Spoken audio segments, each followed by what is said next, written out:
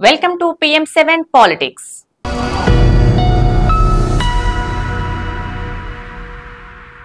Bird ఫ్లూతో కోళ్లు చనిపోతున్నాయని అధికారులు ప్రకటించడంతో ప్రజలు చికెన్ తినడం తగ్గించేశారు.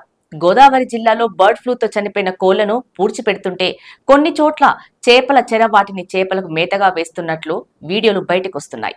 దీంతో జనం మరింత భయపడుతున్నారు. ప్రజల ఆరోగ్యం ఏమైనా కానీ మేం తినం కదా, మా వ్యాపారం మాదే అనేవారు ఇంత అన్యాయంగా చేసే పనులు ఇవి. ఇక వివరాల్లోకి వెళ్తే, ఇప్పటికే బర్డ్ ఫ్లూతో వేల సంఖ్యలో కోళ్లు మృత్యువాత పడుతున్న నేపథ్యంలో ప్రజలు చికెన్ తినాలంటేనే వణికిపోతున్నారు. ఏపీ ప్రభుత్వం కూడా కొన్ని రోజులు చికెన్ తినకపోవడం ఉత్తమమని తెలిపింది. దీంతో చికెన్ ధరలు కూడా భారీగా పడిపోయాయి. ఈ క్రమంలో ఏపీలోని గోదావరి జిల్లాలో బర్డ్ ఫ్లూ వ్యాప్తి ఎక్కువగా ఉంది. ఇప్పటికే అధికారులు కొన్ని ప్రాంతాలను రెడ్ జోన్ గా ప్రకటించారు. బర్డ్ ఫ్లూతో చనిపోయిన కోళ్లను పూడ్చిపెట్టారు. కానీ కొన్ని చోట్ల బర్డ్ ఫ్లూతో చనిపోయిన కోళ్లను చెరువుల్లో చేపలకు మేతగా వేస్తున్నట్లు సమాచారం.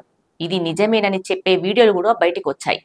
చెరువుల్లో చనిపోయిన కోళ్లను మేతగా వేస్తున్న వీడియోలను కాకినాడకు చెందిన ఎన్జీఓ సభ్యులు విడుదల చేశారు. సాధారణంగా చేపల చెరువుల నిర్వాహకులు చికెన్ షాపుల్లోని వ్యర్థాలను చేపలకు మేతగా వేస్తారు.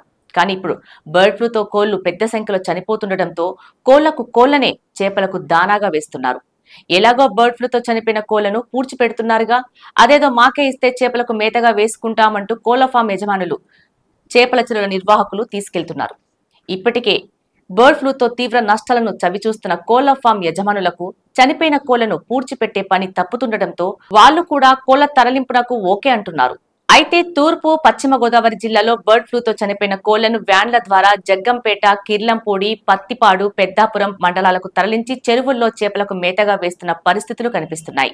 దీనిపై స్థానికులు ఆందోళన వ్యక్తం చేస్తున్నారు. రోగంతో చనిపోయిన ఈ కోళ్లను చేపలు తింటే వాటికి కూడా ఆ వ్యాధి వచ్చే ప్రమాదం ఉంటుందని, వాటిని తింటే ఎవరికైనా ప్రమాదమని భయపడుతున్నారు. వీటిపై అధికారులు స్పందించి చర్యలు తీసుకోవాలని కూడా ఎన్జీఓ సభ్యులు డిమాండ్ చేస్తున్నారు.